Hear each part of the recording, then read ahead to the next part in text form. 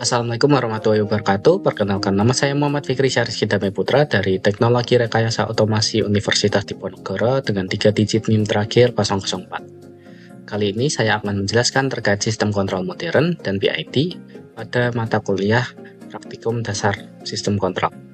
Oke, kita lanjut saja ke pembahasannya. Dalam presentasi ini kita akan menyelami fundamental sistem kontrol dan secara khusus membahas sistem kontrol proporsional, integral, dan derivatif atau yang disebut dengan PID yang revolusioner. Kita akan memahami bagaimana teknologi ini menjadi pilar otomasi modern dari industri hingga kehidupan sehari-hari. Untuk sumber materi yang saya gunakan kali ini dari buku Modern Control Engineering yang ditulis oleh Katsuhiko Ogata dan beberapa video yang ada di dalam drive ini yang diberikan oleh dosen saya yaitu Bapak Rafiq Cahyo Prayogo.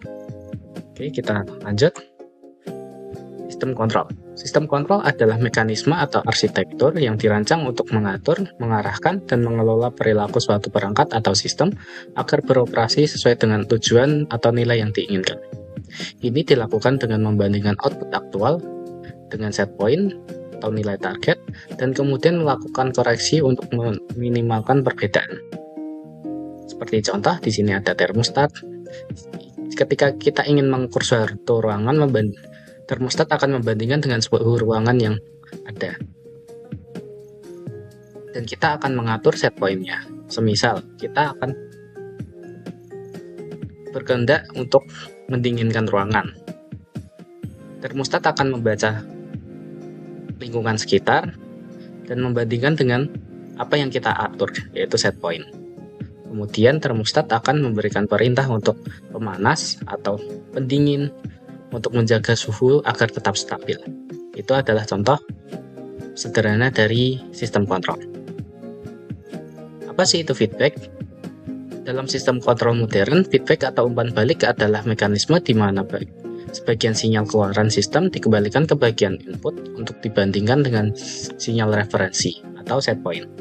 Tujuannya adalah untuk mengetahui seberapa jauh perbedaan antara keluaran aktual dengan keluaran yang diinginkan. Jika terdapat selisih atau error, maka sistem akan otomatis melakukan penyesuaian agar kinerja tetap sesuai dengan nilai yang ditargetkan. Dengan kata lain, feedback berfungsi sebagai alat koreksi bagi sistem. Yang biasa menggunakan feedback itu yang menjadi feedback adalah sensor, seperti tadi halnya termostat. Tujuan sistem kontrol didesain untuk melakukan tugas-tugas spesifik. Sistem kontrol penting karena berfungsi mengatur dan menjaga agar keluaran output tetap sesuai dengan nilai yang diinginkan. Di sistem kontrol terdapat variabel kontrol dan manipulasi yang digunakan untuk meminimalkan deviasi atau penyimpangan antara keluaran dan nilai yang diinginkan. Di sini ada komponen sistem kontrol. Yang pertama ada set point. Set point adalah kondisi ideal yang ingin dicapai oleh sistem. Seperti contoh, kita menggunakan AC sebagai contoh. Kita mengatur set point suhu.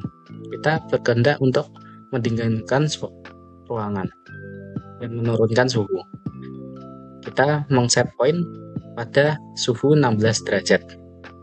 Kemudian ada sensor. Sensor berfungsi untuk membaca nilai aktual dari sistem lalu mengirimkan pada controller. Jadi sensor itu sebagai feedback, dia akan membaca sekitar. Semisal tadi AC kita atur ke 16 derajat, sensor akan mendeteksi suhu ruangan ini 20 derajat. Maka dia akan memberikan feedback ke controller. Dan ini controller berfungsi untuk membandingkan hasil pembacaan sensor dengan set point dan memberikan instruksi selanjutnya. Setelah dibaca oleh sensor, dia akan dibandingkan dengan controller. Controller akan membandingkan suhu sekitar ruangan dengan set point yang kita atur. Di sini controller berfungsi sebagai otak. Kemudian actuator.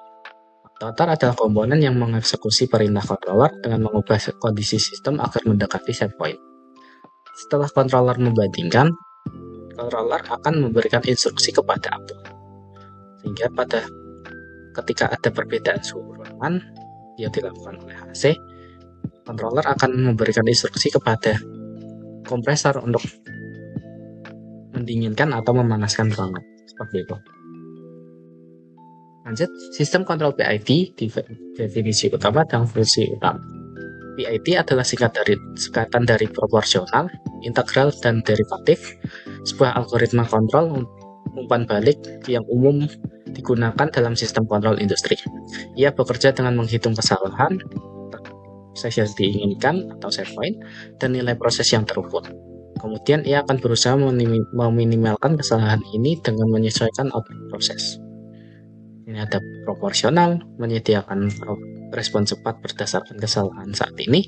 Integral, mengoreksi kesalahan yang terakumulasi dari waktu ke waktu dan menghilangkan offset. Dan derivatif, memprediksi perilaku sistem masa depan berdasarkan laju perubahan kesalahan. Berikutnya ada komponen PID. Satu itu proporsional, memberikan respon instan terhadap kesalahan. Semakin besar kesalahan, semakin besar juga koreksinya. Bertanggung jawab atas kecepatan respon di awal.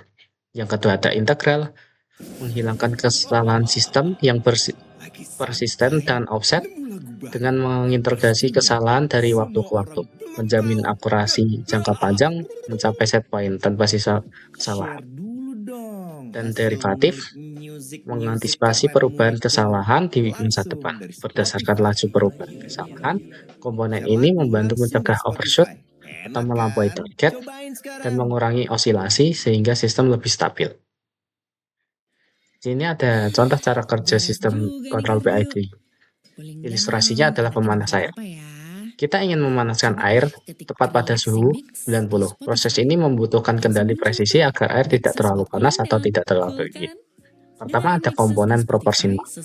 Ketika suhu air jauh dari 90 derajat, komponen P akan segera memberikan daya pemanas yang besar untuk mempercepat kenaikan suhu. Semakin dekat ke 90, daya akan berkurang secara proporsional. Kemudian ada integral. Setelah suhu mendekati 90 derajat, mungkin ada sedikit selisih, kadang misal 89 derajat. Komponen ini akan terus-menerus meningkatkan daya pemanas sedikit demi sedikit seiring waktu untuk menghilangkan selisih kecil ini, memastikan suhu tepat pada 90 derajat. Dan derivatif, jika suhu mulai naik terlalu cepat menuju 90 derajat, komponen D akan mendeteksi dan mengurangi daya pemanas sesaat untuk mencegah suhu melampaui 90 derajat atau overshoot. Dan kemudian berosilasi naik turun untuk membuat transisi ke 90 derajat agar lebih mulus dan stabil. Jadi, proporsional ini dia akan mendekati set point, tapi tidak benar-benar tepat pada set point. Dan disinilah komponen integral itu berfungsi. Ketika mendekati set point, dia tidak akan langsung berada set point. Integral ini akan menerus menaikkan daya hingga mencapai set point-nya. Dan komponen D variatif, dia berfungsi untuk pengereman sistem. Jadi agar dia tidak melebihi dari 90 derajat biar tidak kepanasan, seperti itu. Sini ada contoh penerapan sistem kontrol PID di berbagai industri. Ada pengontrol suhu oven, pengaturan kecepatan motor DC, dan otomasi proses kimia. Kelebihan dari sistem kontrol PID yaitu adalah fleksibilitas dan efektivitas, sangat efektif dan mudah diterapkan di berbagai aplikasi. Kemudian ada respon cepat dan akurat, mampu memberikan koreksi yang cepat untuk mencapai set point, sekaligus menjaga akurasi tinggi tanpa kesalahan sisa. Stabilitas unggul, komponen D variatif secara efektif mengurangi overshoot dan osilasi, menghasilkan sistem yang lebih stabil dan lurus. Dan mudah disetting atau dituning. Parameternya dapat disesuaikan untuk mengoptimalkan kinerja suatu sesuai dengan karakteristik proses yang berbeda. Namun di sini juga ada kekurangan dari sistem kontrol PID, yaitu membutuhkan tuning yang presisi. Untuk kinerja optimal, parameter PID harus disetel dengan sangat tepat. Proses tuning ini bisa sangat rumit dan memakan waktu, apalagi untuk sistem yang kompleks. Sensitivitas terhadap noise. Komponen derivatif sangat sensitif terhadap noise dalam sinyal pengukur, yang bisa menyebabkan output kontrol berfluktuasi secara tidak diinginkan. Tidak ideal untuk sistem non-linear. PID dirancang untuk sistem linear. Untuk sistem dengan dinamika yang sangat non-linear atau waktu tunda yang signifikan, kinerja PID bisa menurun drastis. Dan terakhir ada integral win up. Ketika aktuator mencapai batas saturasi, misal pada katup terbuka penuh atau tertutup penuh, sementara kesalahan masih ada, komponen integral akan terus mengakumulasi kesalahan menyebabkan win up. Ini bisa mengakibatkan overshoot besar atau respon yang lambat saat sistem kembali ke rentang operasi normal. Untuk kesimpulan, sistem kontrol PID adalah algoritma kontrol paling fundamental dan banyak digunakan di berbagai sektor industri, dari manufaktur hingga otomotif. Meskipun memiliki banyak kekurangan, dengan pemahaman yang mendalam tentang prinsip kerjanya atau teknik tuning yang tepat, PID tetap menjadi solusi yang sangat efektif dan andal untuk meningkatkan efisiensi, akurasi, dan stabilitas proses.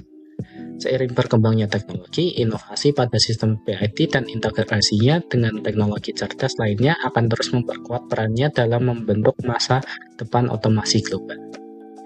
Oke, cukup sekian dari saya. Jika ada salah kata dalam penjelasan, mohon dimaafkan. Terima kasih. Wassalamualaikum warahmatullahi wabarakatuh.